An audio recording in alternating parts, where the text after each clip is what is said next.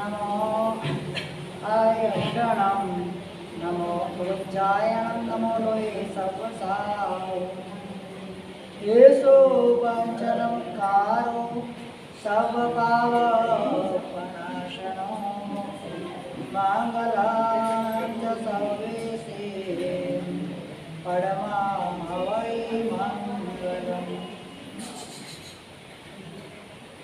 जय जगजीवजोनि विहाणो जगदो जगानन्दो जगनाहो जगबन्धो जय जगप्रियामहो भयवम्।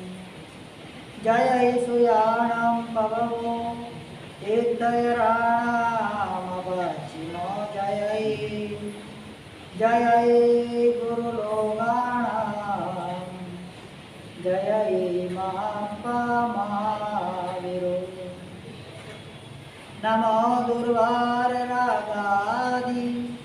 वैरिवार निवारिणे अर्हते योगिनाथाय महावीराय दायिने। ओंकारं बिन्दु संयुक्तं नित्यं ध्यायन्ति योगिनः कामदं मोक्षदं चैव ओंकाराय नमः नमः।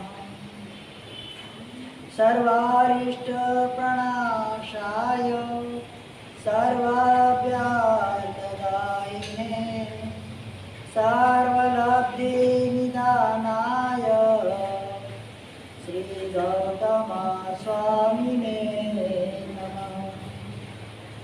यस्या प्रसादपरिवारितशुद्धबोधा परं व्रजन्ति सुधिया सुततोयराशे सानुग्रहामयि समेतसिद्धयेस्तु सर्वाद्यशासनरता सुतदेवदासो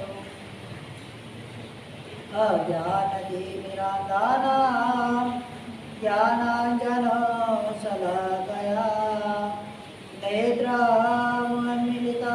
येन तस्मै श्रीगुरुवे नमः। आगमोद्धारकर्तारं शैलानेशप्रबोधकं ध्यानस्थस्वर्गतं नौमि सूरीमानन्दसागरं सूरीं दर्शनसागरं चरणाम्बुजे भक्तो वसेरत्याम्बुजे परमात्मा करकमलमासास्रो वसे मुखकमलमासास्रं नेत्राम्बुजे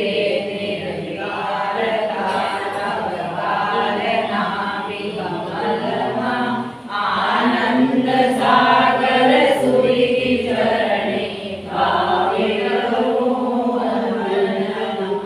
आनंदसागर सुरी चरणे भावे करो वंदना।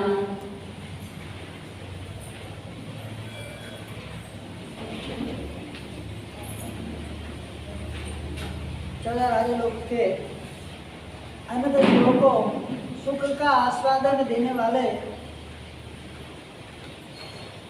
अपने कल्याणों से पवित्र ऐसे कारक तीर्थंकर परमात्मा भव्य जीवों को देशना देते हुए अनेक प्रकार के पदार्थों की विवेचना वहाँ पर करते हैं। उन पदार्थों का संग्रह करके गौतम आदि गंधर्व भगवंतों ने शास्त्रों की रचना की। उन शास्त्र के माध्यम से वर्तमान परंपरा के अंदर श्रमण भगवंतों प्रवचन आदि के माध्यम से जीवों को प्रतिबोध करते हैं। इसी प्रकार से शास्त्र की मर्यादा को रखते हुए फिर शास्त्रों की आज्ञा का परिपालन करते हुए वर्तमान काल के अंदर आगम आदि अनेक शास्त्रों के ऊपर प्रवचन आदि का प्रारंभ वगैरह होता है।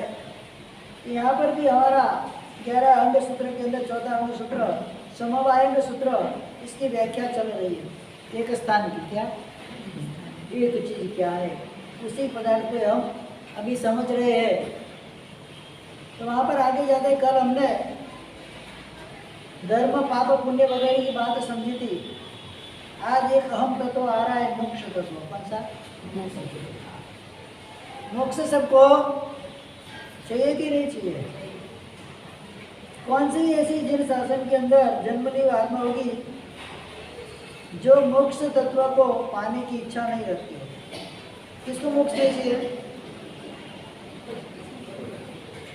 मोक्ष तो सबको चाहिए ही चाहिए, लेकिन मोक्ष के लिए पुरुषार्थ नहीं करना। वस्तु चाहिए मुझे, वस्तु की प्राप्ति मुझे करनी है, लेकिन उस वस्तु को प्राप्त करने के लिए जिस प्रकार से बताया गया होता है पुरुषार्थ, उसकी क्रिया वगैरह वो करना नहीं है, तो कभी तीनों काल में मिलने वाली है। कोई भी चीज को पाने के लिए उसके पीछे एक प्रोसीजर होती है। उस प्रोसीजर को हम करें तो ही वहाँ पर हम उस चीज को अप्लाई कर सकते, बाकी अप्लाई कर सकते हैं नहीं है।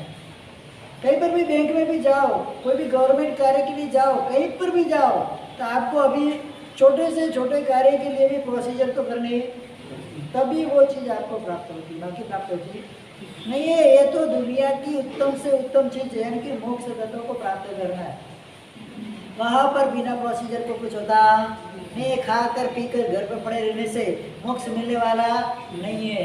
उल्टा जिन शासन में आकर अगर हम प्रमाद करेंगे तो भवांतर के अंदर कितने काल तक जिन शासन मिलेगा कि नहीं मिलेगा कोई गारंटी नहीं। क्योंकि जिस चीज की जिस व्यक्ति को जिस चीज को जरूरत नहीं है, एक बार तो कर्म सत्ता उसके ऊपर कृपा करके वो चीज उसको दे देती है। फिर अगर वहाँ पर वो आत्मा पुरुषार्थ नहीं करती तो अनंत काल के लिए प्रमादी अवस्था से निगोद के अंदर उस आत्मा को जाकर स्थिर कर देते। अभी तो उधर ही पड़ा है, तेरा आगे आने का कुछ काम नहीं है, क्योंकि तुझे कुछ पुरुषार्थ नहीं करना है, अपनी जागृति के लिए कोई पुरुषार्थ करना नहीं है। तो वहाँ पर कर्म सत्ता एक बार तो कृपा करके मनुष्य भव और जैन शासन को मिल गया। अब ये जैन शासन और मनुष्य भव नेवर विल गेट, शायद अनेक भवों तक मिले कि नहीं मिले, नहीं भी मिले, ऐसा ही लगता है, क्योंकि उसका उपयोग किया। बैंक के अंदर अकाउंट खोला है, अकाउंट खोलाने के बाद 2, 4, 5 साल तक आपका यूज नहीं करो तो क्या हो जाता है? ब्लॉक हो जाता है। मतलब फिर से वापस अगर आपको अकाउंट खोलाना है तो फिर से नई जो नए नियमों वाली प्रोसीजर होगी वो प्रोसीजर आपको टेक ऑफ वहाँ पर करनी पड़ेगी, बाकी होगा नहीं। बस यही प्रोसीजर यहाँ पर इस अवस्था के अंदर जिन शासन वगैरह मिल गया, अगर हम प्रोसेस नहीं करेंगे, हम आगे नहीं बढ़ेंगे मोक्ष तत्व को पाने के लिए, तो फिर एक बार उसमें से निकल गए, छोड़ दिया वो रास्ता, वापस अगर उस रास्ते को पाना है तो वापस एक से वापस घूमना पड़ेगा। वो भी भव मिलेगा मनुष्य तब, वो भी जैन शासन मिलेगा तब, जैन शासन में भी देवगुरु का सानिध्य मिलेगा तब। हिंदुस्तान के अंदर ऐसे कितने गांव है जहाँ पर जैनों के घर तो है, 2-4 घर है, लेकिन वहाँ पर ना तो कोई जिनालय है, ना तो कोई उपास है, ना तो कोई साधु भगवंतों का आवागम है। ऐसे कई गांव मिल जाएंगे, कितने? 1-2 नहीं, हजारों गांव मिल, कितने? क्योंकि वर्षों से वहाँ पर रहते हैं, वहाँ से निकल भी सकते नहीं है। पूरी जिंदगी के 30 साल निकल जाए, 30 साल तक भगवान के दर्शन भी नहीं करे, ऐसे भी लोग मिल जाएंगे आपको। क्यों? जिन शासन भी मिल गया, मनुष्य भव भी मिल गया, कोई ना कोई भव में पुरुषार्थ नहीं किया था तो वहां पर उनको आकर्षित कर दिया। अभी आपको इसकी जरूरत ही नहीं है, हम क्यों दिया? होता है कि नहीं? कई जगह पे ऐसे गांव है जहाँ पर एक दो घर है, अपने घर होने के बावजूद भी मंदिर वगैरह वहाँ पर नहीं है, कोई मंदिर नहीं होंगे, उपासक नहीं होंगे, तो न तो स्थानीय वाले महाराज साहब जाएंगे, न तो अपने वाले जाएंगे। और 1-2 घर के लिए इतना 12-15-20 किलोमीटर का विहार करके कोई साधु भगवत या साधी भगवत फालतू के टाइम पास करने के लिए जाएंगे, और उनको आने का टाइम नहीं है दूसरे शहरों में। मतलब क्या हुआ? जब भी कहीं भी तीर्थ यात्रा पे जाएंगे तब परमात्मा का दर्शन होगा। इसके अलावा उनको न तो गुरु का दर्शन होगा, न तो धर्म का दर्शन होगा, न तो देव का दर्शन होगा। क्यों? कर्म सत्ता ने उधर लाके उसको फंसा दिया। तुझे जिस चीज की आवश्यकता नहीं है वो मैं तुझे दूंगा। आसानी से जो चीज मिल जाती है ना उसकी कोई कीमत होती है। अगर वही चीज पाने के लिए अगर पुरुषार्थ करना पड़े, मेहनत करनी पड़े और वो चीज हाथ में आए तो उसकी कीमत, उसकी वैल्यू तब पता चलता है कि ये चीज कितनी मेरे लिए इम्पोर्टेंस है। मोक्ष को पाना है कोई आसान बात नहीं। ये मोक्ष तत्व की आज बात कर रही है। ये मोक्ष ये मुख्य मतलब एक मोक्ष, एक तत्व मोक्ष का है, उसकी बात करनी है। 9 भेद है। कितने मोक्ष का? 9 प्रकार है। मोक्ष के भेद बताए अलग अलग शास्त्रों के अंदर, उसकी व्याख्या बताए सिद्ध प्रारूप वगैरह के अंदर, सिद्ध दंडिका, 9 तत्व, प्रज्ञापन सूत्र, अनेक ऐसे प्रकार के सूत्र, अनेक प्रकरण ग्रंथ है। सभी के अंदर मोक्ष की बात बताई है, मोक्ष का स्वरूप बताया है। 9 प्रकार से मोक्ष का स्वरूप बताया है। मोक्ष चीज है कि नहीं, उसकी विद्यमानता है कि नहीं, सबसे पहले संत पद परुब्रह्म। क्या मतलब? जो सम्यक एक पद है, विद्यमान पद है। मोक्ष शब्द विद्यमान है मतलब मोक्ष शब्द इस संसार के अंदर है, क्योंकि वो मुच धातु के ऊपर से बनता हुआ शब्द है। मुच मुंचते थी मोक्ष। आत्मा कर्म से रहित होता है, कर्म से मुक्त होता है, आजाद होता है। क्या होता है? कर्म की कैद में से आत्मा की आजादी, यानी कि क्या? मोक्ष। मतलब एक सत्य कार्य भी है और सत्य शब्द भी है। 9 तत्व अगर पढ़े ना तो इसके अंदर मोक्ष तत्व के 9 भेद बताए गए। संत पय परुपैणा नव प्रमाणे खित भूषणाय। क्या? कालो अंतरम भागो भावे अपा बहुचे भाई। 9 प्रकार बताए। कैसे? 9 भेद मोक्ष के वो वहां पर बताए गए।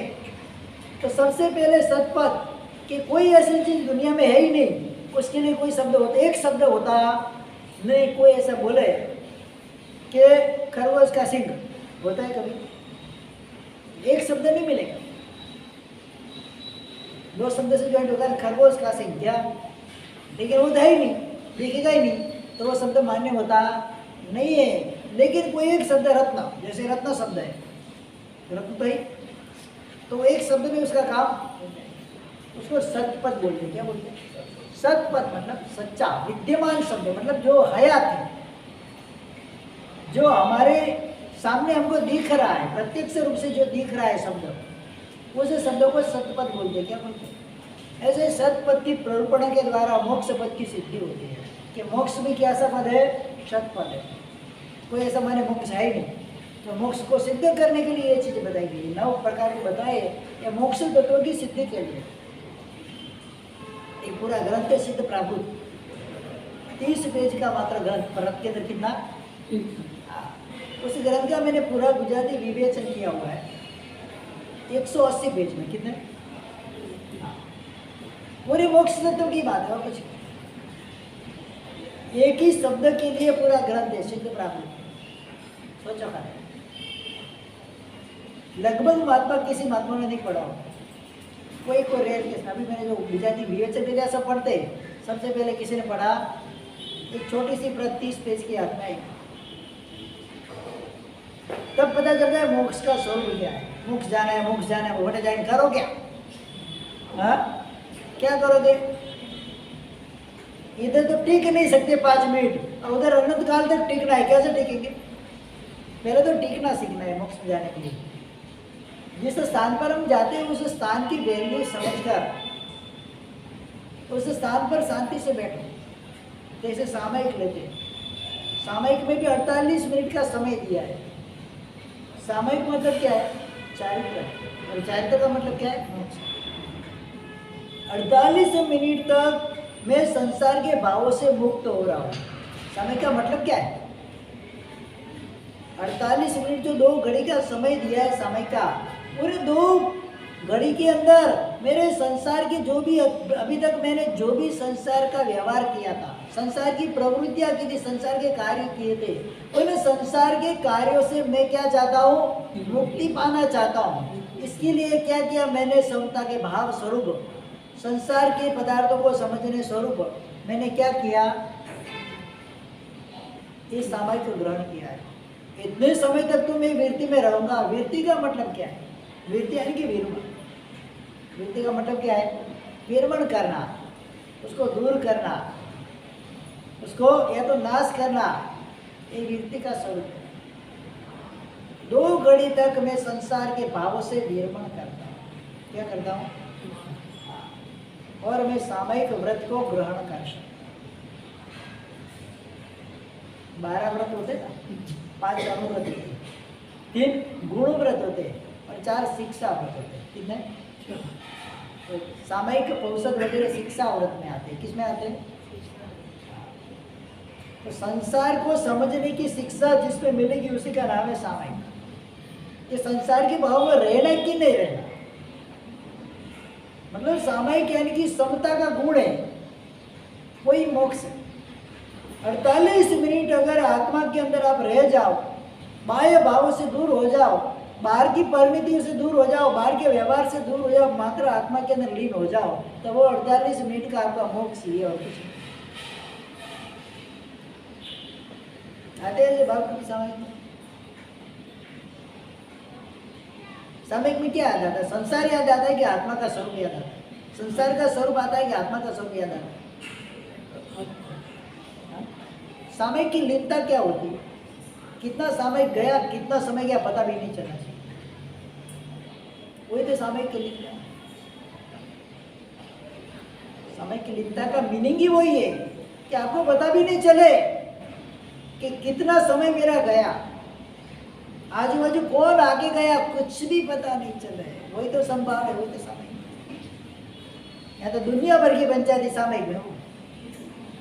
जिस भावों से दूर होने के लिए सामायिक कर रहे हैं, जिस परिणामों से, कुपरिणामों से, कुविचारों से, कार्यों से दूर होने के लिए मैं सामायिक कर रहा हूँ। खाली गिनती नहीं करनी है, रजिस्टर में लिखाना नहीं कि इस फलानी बहन ने इतना सामायिक किया, फलाने भाई ने इतना सामायिक किया। वो तो खाली टाइम पास है। क्या है? वो कोई वैल्यूएबल नहीं। एक जीवन के अंदर, पूरे जीवन के अंदर एक अगर शुद्ध भाव की सामायिक आ जाए ना, तो मैं नहीं मानता कि आपका 2, 4, 5, 6 भाव में मोक्ष नहीं हो। कितनी सामायिक चाहिए? इसीलिए तो सड़िक महाराजा को परमात्मा ने क्या बोला था? पुण्य श्रावक की एक सामायिक उसके पास से तू लेके आ जा, तेरी नरक गति अटक जाएगी। कितनी इंपॉर्टेंस है सामायिक, इसकी भी बात आगे आएगी। सामायिक चैप्टर हमारी मोक्ष तत्व की बात करें। बस ऐसी सामायिक अगर होगी तो इधर ही आपको मोक्ष लगेगा, नहीं लगेगा इसकी कोई बात नहीं है। लगना ही चाहिए और लगेगा ही। तो ये मोक्ष तत्व एक पद से बना हुआ है। कौन से? वो भी विद्यमान पद होते हैं जो संसार के अंदर प्रचलित वस्तु होती है, सबको जिसका पता होता है, ऐसे एक पद से बना हुआ जो स्वरूप होता है वो स्वरूप भी मान्य कहलाता है। वो भी वही सर्वजन विदित होता है। बाकी गधे का सिंह और खरगोश का सिंह कहीं पे देखा नहीं, कभी किसी ने सुना नहीं है। तो ऐसे शब्द विदित होते नहीं है, ऐसे शब्द मान्य भी होते नहीं है। संतव्य परवण द्रव्य पमा क्या बताया? मोक्ष के अंदर अनंत जीव द्रव्य रहे हुए। कितने? अनंत जीवों के अंदर ये मोक्ष द्रव्य रहा हुआ है, मोक्ष तत्व रहा हुआ है। जो भी भव्य जीव रहेगा 14 राजलोक के अंदर, भव्य जीव और व्यवहार राशि में आया हुआ जीव कैसा? भव्य जीव भी 2 प्रकार के हो जाएंगे। भव्य तो होते हैं लेकिन जाति भव्य होते हैं, उसके अंदर भव्यत्व होता है, लेकिन वे अव्यवहार राशि में से व्यवहार राशि में आने की उनकी कोई प्रोसीजर होती नहीं। अनंत काल तक वो निगोद में ही पड़े रहते। भले उनके अंदर मोक्ष में जाने की एबिलिटी, योग्यता है, लेकिन जा पाएंगे नहीं। हर कोई पत्थर मूर्ति बनता नहीं है और हर कोई लकड़ा फर्नीचर बनता। जंगल के अंदर बहुत सारे लकड़े पड़े रहते हैं, सभी लकड़ों में से कोई मूर्ति निकले वाली है? नहीं निकलने वाली। योग्यता है, अगर कोई अच्छा उसको शिल्पी मिल जाए तो उस पत्थर में से या उस लकड़े में से मूर्ति बना सकता है, उसके अंदर योग्यता पड़ी। लेकिन कोई जब तक नहीं मिलेगा तो जंगल में ही वो लकड़ा सड़ा पड़ा करके नाश उसका हो जाएगा, कोई कीमत उसकी रहेगी नहीं। तो वही जाति भव्य जीव रहते हैं, वो इस प्रकार के रहते हैं। अंदर योग्यता पड़ी हुई है, एबिलिटी है, अगर कोई उनको उजागर करे बाहर लाए तो मोक्ष उनका हो जाए, लेकिन कोई लाने वाला भी नहीं है और नहीं उनका मोक्ष होने वाला। मतलब योग्यता होने पर भी जीव को अगर सहायक के रूप में कोई तत्व प्राप्त नहीं होता है तो वो जीव की वही की वही स्थिति रहती है, काल तक वैसा का वैसा ही। आप लोग को उजागर करने के लिए सहायक के रूप से हम इधर आए। कौन आए? कौन आए इधर? और हमारे भी गुरु हमको हमारे लिए सहायक के रूप में, और उनको भी सहायक के रूप में परमात्मा का ये प्रभु जैसा जिन शासन है, जिन धर्म है, एक दूसरे के अंदर सहायक बनते। एक भव्य जीव कठिन साधना करके सर्व कर्मों का क्षय करके केवल ज्ञान पाकर मोक्ष में जाता है, तब एक जीव अव्यवहार राशि में से बाहर निकलकर व्यवहार राशि में आता है। तो हमारा जीव भी जब भी अव्यवहार राशि में अनंत काल से पड़ा हुआ था, यहाँ से बाहर आया, मतलब कोई ना कोई एक आत्मा का पुरुषार्थ इसके अंदर कार्य करता था। उसने उसके माध्यम से एक जीव मोक्ष में गया और हमका हमारा नंबर लग गया, क्यों में खड़े थे, नंबर लग गया, उठा के हमको व्यवहार राशि में से अव्यवहार में से व्यवहार राशि में कर्म सत्ताने रख दिया। मतलब एक सिद्ध जीव का उपकार है हमारे ऊपर। तो खाली उपकारी करते, उपकारी खाते रहना, उपकार बस बदला देना नहीं है। अब हमारी फर्ज क्या है, हम भी इस प्रकार से पुरुषार्थ करके इस मोक्ष तत्व को पाए, ताकि एक बेचारा अव्यवहार राशि में चपड़ा हुआ भव्य जीव बाहर निकले और उसका भी आगे जाके कल्याण हो। सिद्ध भगवंतों का हमारे ऊपर ये असीम उपकार है। अरियंत से भी ज्यादा एक अपेक्षा से देखा जाए तो सिद्धों का उपकार हमारे ऊपर जड़बे सलाह और जबरदस्त हमारे ऊपर उपकार है, क्योंकि वो उन्होंने खुद ने स्वयं पुरुषार्थ किया, अपनी आत्मा को कष्ट दिए, कर्म को जलाया, केवल ज्ञान पाया, मोक्ष में गए, तब जाके हमारा एक अव्यवहार राशि में से हमारा उद्धार हुआ है। और सबसे पहला उपकार किसका है? अरियंत परमात्मा ने तो मोक्ष में जाने का मार्ग बताया। इधर आने के बाद अव्यवहार राशि में तो अरियंत परमात्मा आए नहीं थे, वहां से तो उठा के लाने का काम किसने किया है? भगवंत ने। कितना असीम उपकार है। तो वही उपकार हमको दूसरे जीव के लिए भी करना है। समय सर एक तो आने की प्रावधान नहीं है, यहाँ पर कोई लिमिटेशन तो है ही नहीं, कभी भी कोई भी आ जाए, कोई भी जाए, बस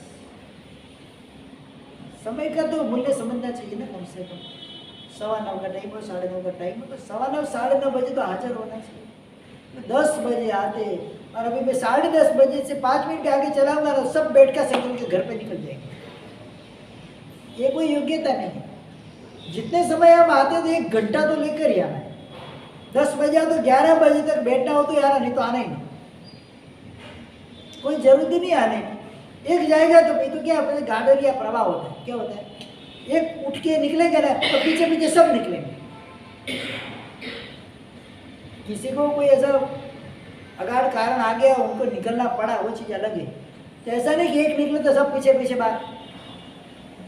ये प्रवृत्ति भी अपनी उचित नहीं है। मेरे तो सोचा था आज प्रवचन अभी आज से बंद, आज लास्ट प्रवचन है, कल से प्रवचन करना नहीं। परिसर में 8 दिन प्रवचन हो जाएगा और प्रवचन करना ही नहीं। क्यों? कोई है ही नहीं। 9:15 से तैयार होके बैठो, मेरे को पता है, बैठा हो कि नहीं बैठा? समय कितने का है? आने का समय कितना आपका? 10 बजे तक आना। कितने बजे तक? ये कोई प्रवचन का टाइम है? नहीं आना है तो आपकी इच्छा नहीं है कि मेरे साथ प्रवचन करने की कोई जरूरत है। मैं कोई जबरदस्ती किसी को बुलाना नहीं है। मेरा काम भी इधर अटकता है सब कि आपके लिए तो 6-6 घंटा विजय भाई को पता है कितनी मेहनत होती है। जब भी आके देखते इसमें ये किसके लिए मेहनत चलती है, रात को 10-10 बजे तक मेहनत चलती है कि अच्छे से अच्छा अपन उनको दे सके। ये पुरुषार्थ रहता है, लेकिन कोई है ही नहीं, कोई वैल्यू ही नहीं है उस चीज़ की, तो क्या मतलब है फिर? क्यों अमृत भाई 8 दिन परिश्र में प्रवचन रखेंगे, बराबर? कल से प्रवचन अपना मंगलिक रहे। क्यों? समय तो है नहीं, समय का भान तो किसी को है नहीं, समय से तो आना है नहीं, तो करके क्या करूँ मैं? या तो 9:15 बजे इधर हाजिर हो तो प्रवचन करूँगा, नहीं तो फिर बंद। 9:30 तक वेट करूँगा, 9:30 तक कोई नहीं आया तो प्रवचन मंगलिक रहेगा, फिर परसों से प्रवचन होगा नहीं। ये भी बात लिख लो। मुझे नहीं करना है। कोई वैल्यू नहीं है समय की, कभी भी आए, कभी आकर बैठ जाए, कभी भी आकर चले गए, ये क्या है? समय से आओगे तो हमारी मेहनत भी रंग लाएगी, हमको भी उत्साह रहेगा, नहीं तो कोई मतलब ही नहीं है। क्यों मेहनत कर रहा है खाली फुकट? दूसरा मेरे को बहुत है, ग्रंथों का मेरे बहुत है, मैं आराम से मैं कर सकता हूँ, मुझे कोई प्रॉब्लम नहीं है। अरे 8 दिन आओ, वो भी इच्छा होए तो, नहीं तो खाली महावीर जन्म वाचन करा दूंगा, समस्या का बारसा सूत्र सुना दूंगा, प्रतिक्रमण करा दूंगा, फिर आप आपके घर पे, हम हमारे घर। कोई जरूरत ही नहीं है मेहनत करी। क्यों मेहनत करूं मैं? किसके लिए मेहनत करनी मुझे? वैल्यू न तो समय की वैल्यू, न प्रवचन की वैल्यू। अपना काम निपटने के बाद आना, और यहाँ से महाराज साहब का प्रवचन तो भी चालू है, मैं देख रहा हूँ 3 दिन से। समय हुआ 11:15 होने तो फटाफट निकलने लगते हैं। ये क्या है सर? अभी सर्वमंगल नहीं हुआ है, इसके पहले तो आधा हॉल खाली। तो मैंने कोई जबरदस्ती आपको बुलाया कि प्रवचन में आओ? 10 बजे आना, 10:48 में मेरी सामायिक हो गई, भले 5 मिनट आगे का काम हो है, लेकिन मुझे तो उधर रुकना नहीं है कि मेरा टाइम हो गया, मेरा सामायिक हो गया। वो सामायिक गिना ही नहीं जाता। ये तो आसाधना है एक प्रकार की गिनवाने की। कोई जबरदस्ती कोई करते नहीं है। आपको घर पे बैठे सामायिक कर लो, सामायिक तो आपकी हो जाएगी, इधर आने की कोई जरूरत नहीं है। लेकिन एक उठ के जाता है तो दूसरा उसकी तरफ देखता है, उसके मन के अंदर जो भाव चलते उसकी भाव धारा टूटती है, उसकी प्रवचन धारा टूटती है। इसमें निमित्त कौन बने? जाने वाले। एक तो तीर्थंकर परमात्मा का प्रवचन जिनवाणी की आसाधना हुई, मतलब तीर्थंकर की आसाधना हुई, सीधी बात। दूसरे नंबर गुरु भगवंत यहाँ पर बैठे, उनका विवेक नहीं हुआ। तीसरे नंबर की दूसरे का मन आपकी तरफ लगा, उसके प्रवचन के अंदर विक्षेप बाधा पड़ी, उसका दोष लगेगा। आना भी ऐसी, कभी भी आए कभी भी जाए, ये कोई 9:15 बजे 9:30 बजे मैं दरवाजा बंद कर दूंगा, ध्यान रखना। कल से 9:30 बजे दरवाजा बंद हो जाएगा। आओगी तो प्रवचन करूंगा, नहीं तो नहीं करूंगा। आना है तो ठीक है, नहीं आना तो आपकी इच्छा। क्या मोहन भाई बराबर है कि नहीं? 9:30 बजे दरवाजा बंद हो, बोले 2 जन आएंगे, 2 जन को प्रवचन सुनाऊंगा, मेरे को तीसरे किसी की जरूरत नहीं है। 9:30 से पहले यहाँ पर हाजिर होने चाहिए तो प्रवचन होगा, नहीं तो नमो रियंता, कोई जरूरत नहीं। मोक्ष तत्व की यहाँ पर बात चली, मेरे को नहीं बोलना पड़ता, इच्छा ही नहीं होती ऐसे बोले आपको कुछ सुनाने की, बट अंदर जलता है ना, इसके लिए बोलता हूँ। इतना कहता हूँ, 1.5 महीने से बोला, अभी भी कुछ भी सुधारा नहीं, तो जरूरत ही नहीं है प्रवचन की। खुद की मर्जी से आओ, खुद की मर्जी से सामयिक करो आराम से, मेरे को कोई उसमें प्रॉब्लम नहीं है, आराम से सामयिक करो। लेकिन परिस्थिति को समझना तो पड़ेगा। उपयोग तो रखना ही पड़ेगा, उपयोग के बिना काम चलने वाला। यहाँ पर मोक्ष तत्व की अभी सतपथ, फिर संतपय पर्व बनाया, द्रव्य प्रमाण अनंत सिद्ध, आज तक अनंत काल के अंदर, भूतकाल के अंदर, अतीत काल के अंदर अनंत सिद्ध जीव मोक्ष में गए हुए। कितने?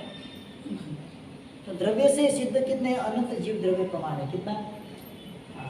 1-2 जीव मोक्ष में नहीं गए, कितने गए? जैया ही हो पूछा, नव तत्व के अंदर अंतिम श्लोक बताया है। कोई भी व्यक्ति जिनेश्वर परमात्मा को, जैसे आज श्रीमदेव स्वामी भगवान विदेह क्षेत्र के अंदर विराजमान है, किसी की जिज्ञासा हुई, भगवान को प्रश्न किया, भगवान आज तक कितनी आत्मा मोक्ष में गई? कितनी गई? एकस्य निगोत्स अनंत भागो, कितने? मात्र एक निगोद का अनंतवा भाग ही आज तक मोक्ष में गया। निगोद कितनी है? निगोद का स्वरूप अगर जानो तो पता चले।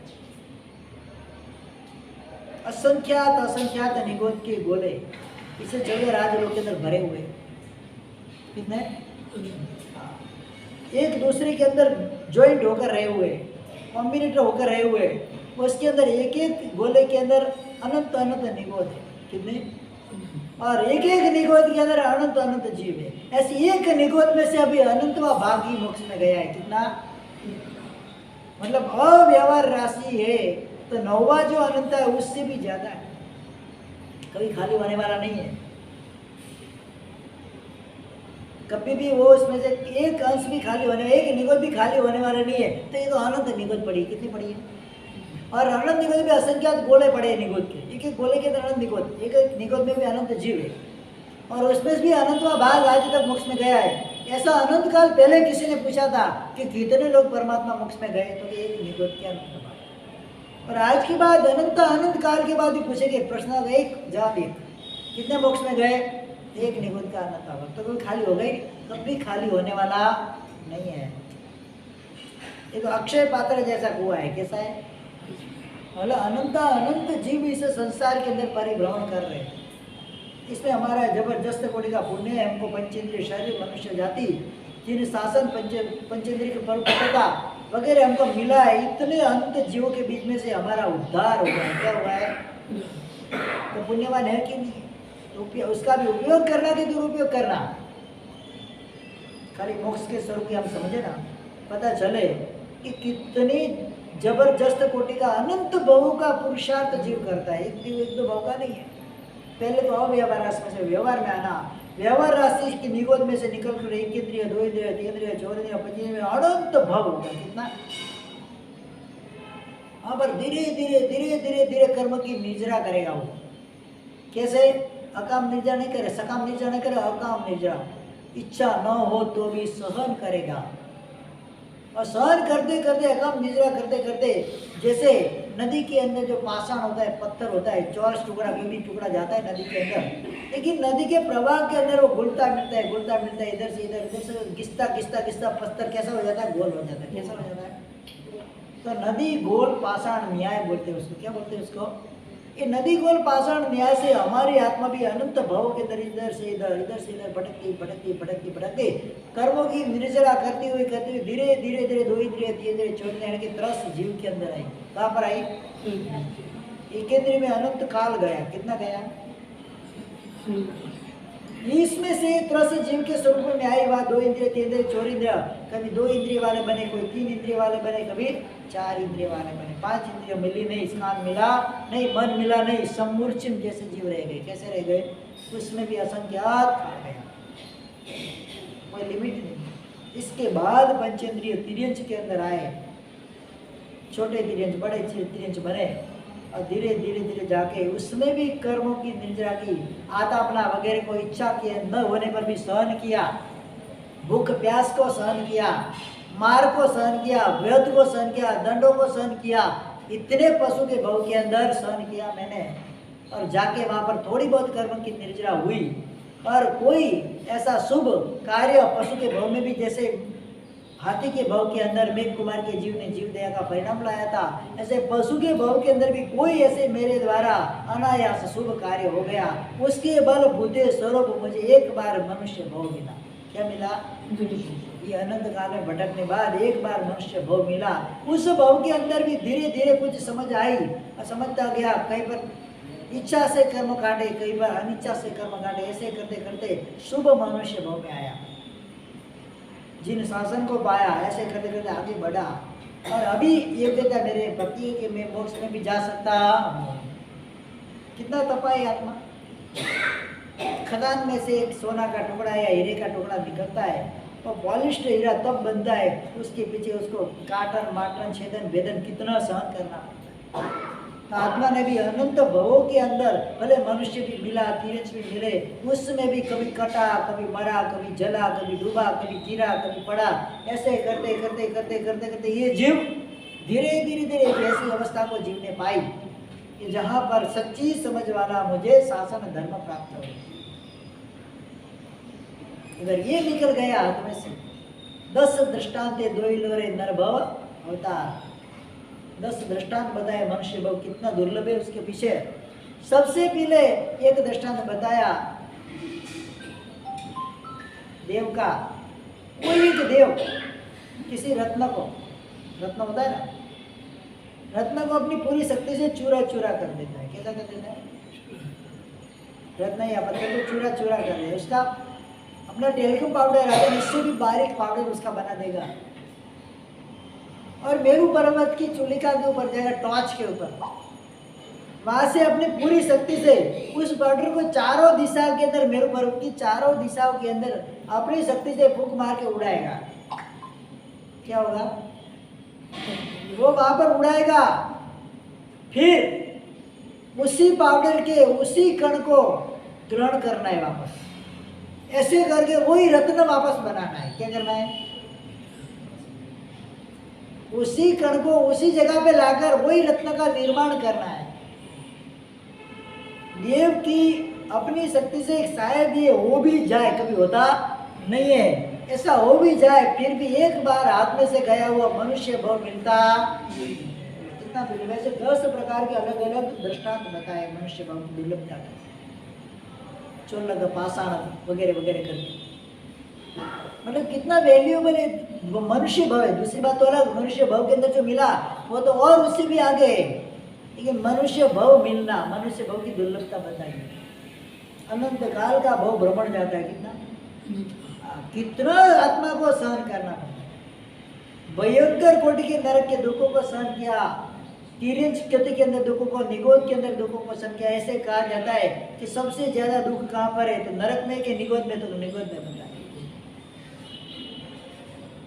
तो निगोद में अनंत काल निकाला है, कितना, इसकी कोई लिमिट ही नहीं है। तब जाके आत्मा ने कहीं ना कहीं शुभ कार्य के अंदर लगी आत्मा, कहीं ना कहीं शुभ ऐसा चांस उसको मिल गया, फ्रूट चांस मिल गया, अरे मनुष्य भाव के अंदर और मोक्ष में गए। तो ऐसे भी जीव द्रव्य प्रमाण से कितने जीव मोक्ष में गए हैं? अनंत जीव मोक्ष में गए। वो भी कितने, वो इसका भाग आएगा क्षेत्र स्पर्शना, सिद्ध क्षेत्र की स्पर्शना लोक के अनंत में भाग में, असंख्यात भाग में रही हुई। कितने?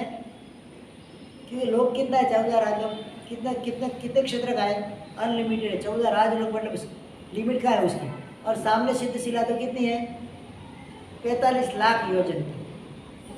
और लोकाग्र भी कितना है? उतना ही 45 लाख योजन का। तो ये तो इतने 14 राज लोग के सामने ये 45 लाख योजन, तो कितना आएगा?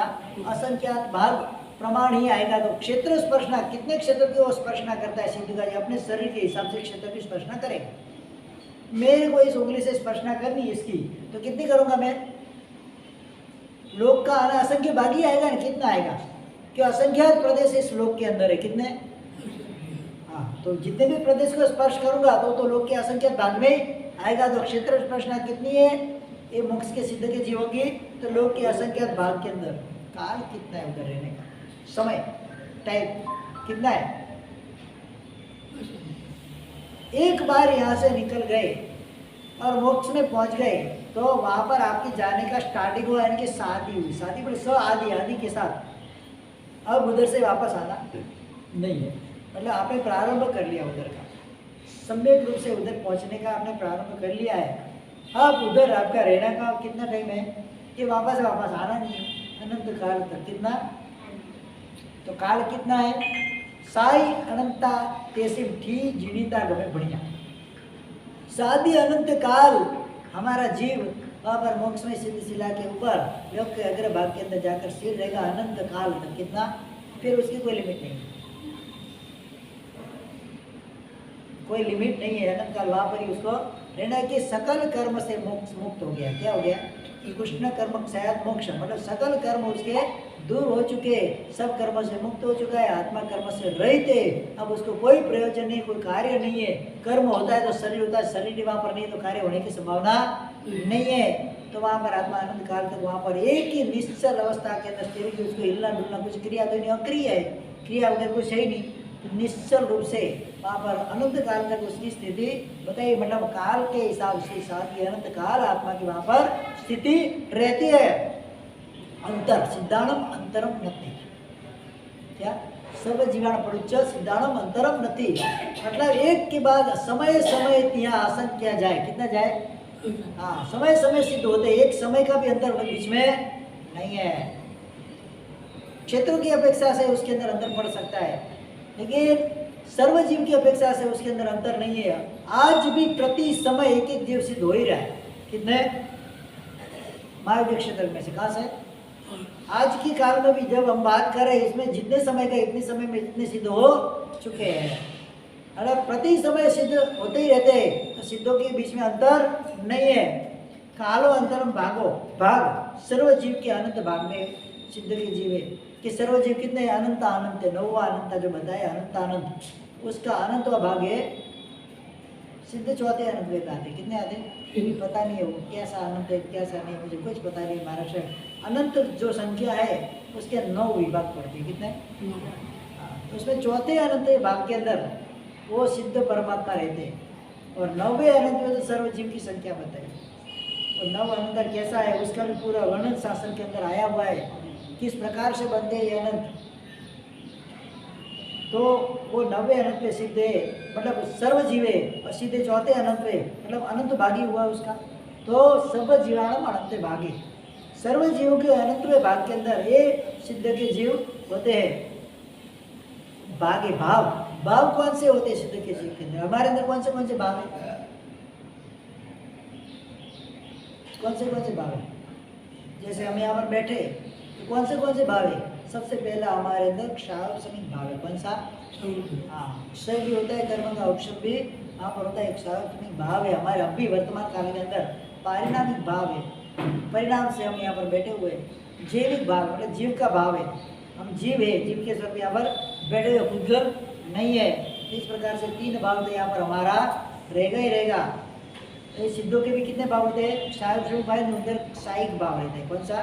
कि एक बार आने ज्ञान दर्शन चारित्र वगैरह आया, एक बार जाने वाला नहीं है। साइक के खाइए परिणामी है, और जीव 3 प्रकार के भाव वहाँ पर रहेंगे। तो ये सिद्ध के अंदर भाव बताए। कालो अंतरम भागो भाव अप्पा बहुत्व अल्प बहुत्व। तो सबसे कम कौन से जीव मोक्ष में गए? तो कि नपुंसक वेद वाले। कौन से? तो वह नपुंसया सिद्धा। तो नपुंसक जो वेद था उस वेद के अंदर जिन्होंने केवल ज्ञान पाया और मोक्ष में गए वो सबसे कम संख्या में। सेकंड नंबर में स्त्री थी, नर नपुंसक, तो स्त्री।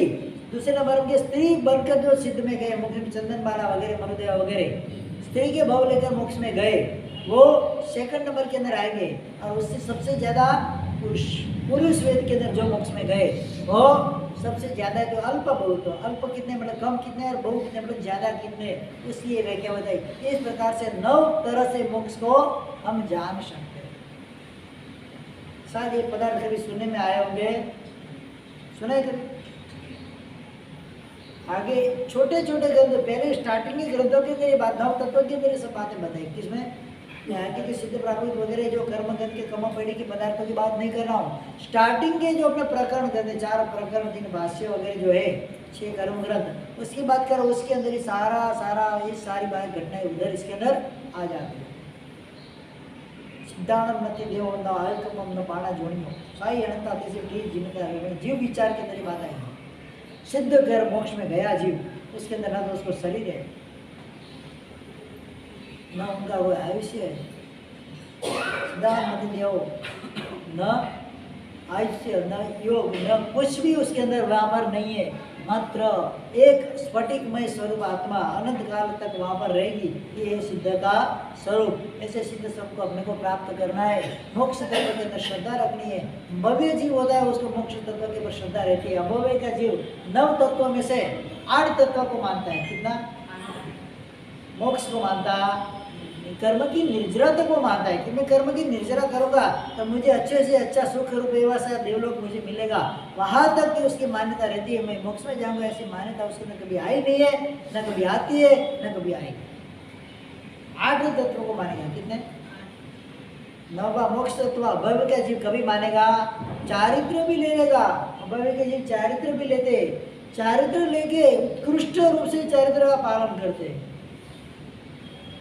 बिल्कुल भी बात छोड़ दे इसके अंदर, एकदम चुस्त चारित्र जिसको बोलते हैं जड़ सलाह। कहीं पर भी इसके अंदर वो छिद्र ढूंढना नहीं, पोल चलाने नहीं, सब में एकदम स्ट्रांगली चारित्र पालते हैं। किस आशा से? मुझे सबसे ज्यादा सुख मिले, ऐसा चारित्र पाल के 9वें ग्रह तक अभय का जीव जाता है, उससे आगे जाता नहीं, क्योंकि 9वें ग्रह तक मिथ्यात्व रहता है। कहाँ तक रहता है? और और अभव्य का जीव कभी सम्यक तो प्राप्त करता नहीं है। अनुत्तर देवलोक में जाएगा तो नियमा सम्यक दृष्टि होगा तो ही जाएगा, इसके बाद इसके अलावा कोई जा पाएगा नहीं। तो अभव्य का जीव मिथ्यात्व होने के कारण से संसार की जो उत्कृष्ट गति है वो है नवा ग्रेविक, उस तक वो जाएगा। उबरी में ग्रेविक का नाम है उसका, तो उसके ऊपर वो उधर तक वो जाएगा। वहाँ पर 22 सागरों का आयुष्य होता है। कितना? हाँ, 22 सागरों के आयुष्य वाला वो देव बन सकता है। इससे ज़्यादा आगे अभव्य का जीव जाता नहीं, क्योंकि उसको अनंत काल तक, अनादि अनंत काल तक उसकी संसार में स्थिति है। कितने कि अनादि काल से पड़ा हुआ है, अनंत काल तक रहने वाला है। तो अभव्य की स्थिति संसार के अंदर कितनी रह गई? अनादि अनंत काल। भव्य जीव की कितनी रह गई? सादि अनंत काल। संसार में कितने? अनादि शांत, और मोक्ष में कितनी? सादि अनंत। ये भव्य जीव की स्थिति है। और अभव्य जीव की अनादि अनंत काल तक संसार के अंदर स्थिति रहती है। ये मोक्ष तत्व की व्याख्या हमारी यहाँ पर पूरी होती है। मोक्ष के बाद आता है आश्रम तत्व। कौन सा? आश्रम क्या मतलब? आश्रम का मतलब क्या है? कर्मों को शरीर के माध्यम से आत्मा के अंदर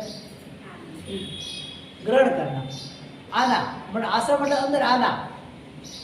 कोई भी चीज को इसके अंदर मैं वाचक शब्द डालूंगा तो वाचक शब्द का उसके अंदर क्या हुआ? आश्रम हुआ है। क्या हुआ है? ये आश्रम तत्व है। तो कर्मों को ग्रहण करना, शुभ या अशुभ कर्म हो। कौन से? आत्मा अनेक प्रकार की उसकी कार्य विधियों के द्वारा, अनेक कार्यों के द्वारा शुभ और अशुभ कर्म को ग्रहण करने का काम प्रति समय करता है। क्योंकि प्रति समय आत्मा आयुष्य को छोड़ के 7 कर्म का बंध करती रहती है। संसार में है तब तक। कहाँ पर? संसार में जब तक आत्मा रहेगी, आयुष्य कर्म के अलावा जो 7 कर्म है, ज्ञानावणी, दर्शनावणी, वेदनीय, मोहनीय, नाम, गोत्र और अंतराय, आयुष्य नहीं आएगा इसमें। आयुष्य जीवन में एक ही बार बनता है। कितना? एक जीव अपने जीवन काल के दरमियान आयुष्य कर्म को एक ही बार बांधता है, क्योंकि एक बार बंधेगा फिर उसका वहाँ से प्रयाण हो जाएगा। तो बाकी के जो 7 कर्म है प्रति समय बांधता है। तो मतलब 7 क्रमों का वो प्रति समय आश्रम अपने अंदर करता है।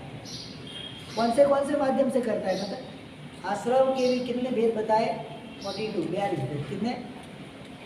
आश्रम के 42 भेद बताए। सबसे पहले 5 इंद्रियों का आश्रम। 5 इंद्रियों के माध्यम से रसनेन्द्रिय, सबसे पहले स्पर्शनेन्द्रिय, सेकंड नंबर में 2 इंद्रियों का तो रसनेन्द्रिय, 3 इंद्रियों का तो घ्राणेन्द्रिय मतलब नासिका आ जाएगी, 4 इंद्रियों का आँख आएगी, 5 इंद्रियों का कान आएगा। तो 5 इंद्रियों के माध्यम से अनेक प्रकार के कर्मों का बंध करता है वो जीव, और अपने अंदर वो उसका आश्रम करता है। तो 5 इंद्रियों के जो विषय बताए गए, जैसे कि स्पर्शनेन्द्रिय टच करना, रसनेन्द्रिय स्वाद वगैरह, चखना, बोलना वगैरह। इसके बाद घ्राणेन्द्रिय सूंघना, कुछ चीज़ सूंघने में अपने को रति हो गई, मुझे गुलाब का फूल पसंद है, मुझे परफ्यूम मुझे पसंद है, उसको उसकी स्मेल मुझे पसंद आ गई और मैं उसकी अनुमोदना करता हूँ। घ्राणेन्द्रिय के विषय का मैंने पोषण किया, कर्म का आश्रय हुआ। इसी प्रकार से चक्षुन्द्रिय कुछ चीज़ देखने की वगैरह की। इसके बाद श्रोणेन्द्रिय कुछ शब्द सुनने की वगैरह। उन 5 इंद्रियों के माध्यम से क्या करती है आत्मा? कर्म वर्गणा के कर्म को ग्रहण करती है, अशुभ कर्मों को ग्रहण करती है और अपने अंदर वो लाती है। तो उसको बोलते हैं आश्रम। आश्रम यानी कि आगमन करना, कर्मों का आगमन करना।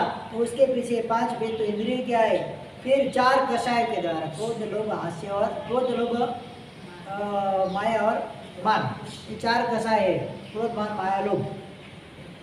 ये 4 कषायों के द्वारा कर्म का आश्रम होता है। ये सब क्या है?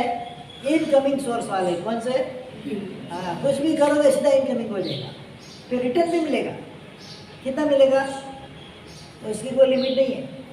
हाँ, इनकमिंग है तो इसका रिटर्न भी आपको मिलेगा। तो एक जो अशुभ का रिटर्न इनकमिंग किया है तो अशुभ का रिटर्न मिलेगा, शुभ का किया है तो शुभ का रिटर्न भी वहाँ पर मिलेगा ही मिलेगा। ये 4 कषाय, 5 अव्रत, प्राणातिपात, वृषावात, अतर्कदान, मित्र और परिग्रह। उनके अंदर लिमिटेशन नहीं रखा, उनका त्याग करने का प्रयत्न नहीं किया, उसके अंदर हमने केयर काळजी नहीं की, समानता नहीं रखी और मेरे से हिंसा वगैरह, चोरी वगैरह हो गया, तो वही 5 अवरत भी इंद्रियों के, जैसे 5 अवरत भी क्या है? आश्रम के द्वार बन जाते हैं। तो 5 और 4 9 और 5 कितने हुए? 14। और 3 योग, मन, वचन और काया का योग। बैठे बैठे मन से ही सोच लेते हैं। हमारे साहब ने इतना कड़क सुना दिया ना, हाँ, कि मन से चिंतन करिए तो धर्म का आश्रय होगा। वचन से बोलना और काया से करना, ये तीन योग के द्वारा शुभ या अशुभ कर्म का जीव आश्रव करता है। ये हो गए कितने? 5, 4, 9, 5, 14 और 3, 17 और 25 क्रिया। कितनी क्रिया बताई शास्त्र के अंदर? 25 प्रकार की क्रिया जीव करता है। कितना टाइम हुआ? 11 बजने आए, बराबर। 25 क्रिया के बारे में हम कल समझेंगे। आज थोड़ा मदन का चरित्र भी लेना है हमको, तो उसके बारे में भी। जब ये नमी राजर्षि नमी कुमार राजा बन गए, राजा मतलब उनके पिता उनके पास आते हैं दीक्षा के लिए, अनुमति लेने के लिए बेटे के पास कि मुझे संयम लेना है तो भी राज्य कारभार संभाल। तो नमी कुमार पिता को विनती करते हैं, भाई मैं राजा तो बन जाऊँगा, आपको संयम लेना तो भले लो, लेकिन मेरी ऐसी इच्छा है आप इसी राज्य के अंदर रहो। क्या बोलता है? पिता का मोह है ना, आप इधर से बाहर मत जाओ, मुझे आपकी सेवा का लाभ मुझे मिलना चाहिए। तब ये पद्मावत राजा बोलते हैं, ऐसा कभी हुआ नहीं है, साधु को चलता भला क्या, बहता पानी निर्मला धीरा बंदा सो गंदा। साधु तो चलता भला दाग न लागे कोई, तो साधु तो चलते ही रहते हैं। साधु को एक स्थान पर रुकने का कोई अनुमति भगवान ने दी है, विशिष्ट अगाध कारण के सिवाय। कोई अगाध कारण ऐसा है जैसे जंगल पर क्षीण हो गया है, मतलब पाँव चलते ही नहीं है तो क्या करने का अभी। तो वहाँ पर एक जगह पे स्थिरवास पहले होते थे, तो ये कोई शर्त वगैरह होती नहीं है। मेरे को संयम लेना है तो भी दिल से रोते हुए नमी कुमार ने उनको दीक्षा के लिए अनुमति दिया। दीक्षा को अनुमति दे दी, फिर उन्होंने सभी मंत्री वगैरह प्रजा को बुलाया। नमी कुमार का वहाँ पर उत्कृष्ट रूप से राज्याभिषेक किया। राज्याभिषेक करके पास बिता के सभी के सामने उन्होंने एक हित शिक्षा प्रदान करना चालू किया। हित शिक्षा देते भी सबसे पहले तो राजा बनता है, तो राजा का सबसे पहला कार्य क्या होता है? 7 व्यसनों से उसको दूर रहना है। क्या बताया? हाँ, पूर्व काल के अंदर भी जैसे 7 व्यसन कौन से हैं? 7 व्यसन तेरे लिए मार्ग बनने वाले, तारक बनने वाले नहीं है। अगर राजा सप्त व्यसनी बन जाता है तो राजा नरकगामी अवश्य बनता ही बनता है, क्योंकि उसको कोई और दूसरी बात होती नहीं है। तो 7 व्यसन के अंदर सबसे पहले जुआ बताया। कौन सा? हाँ, आगे भी हमारे पूर्वजों के अंदर नल राजा थे। कौन से हो गए? नल राजा हो गए। जुए में नल दमयंती हारियो, दमयंती को भी उसको हार गया, राज्य कारभार भी गया, जंगल के अंदर उसको भटकना पड़ा। ये जुए के कारण हुआ। और पांडव जो पुत्र थे, पांडव पुत्र 5, और भी जुए के अंदर द्रौपदी वगैरह को उन्होंने दाव पे लगा दिया, राज्य भी गया, सब छिन जाता है। जुआ मतलब सर्वनाश करने वाला है। क्या है? हाँ, जुआ मतलब सर्वनाश करने वाला है। राजा अगर जुआ खेलने बैठ गया तो राज्य तो हार गया है, तो तेरे पास कुछ बचने वाला नहीं है। अशुभ भाव के अंदर अस्थिर मतलब अशुभ भाव के अंदर आकर कोई जुआ वगैरह के व्यसन में पड़ना नहीं है। आगे कौन से व्यसन होंगे मैं आगे कल बताऊंगा।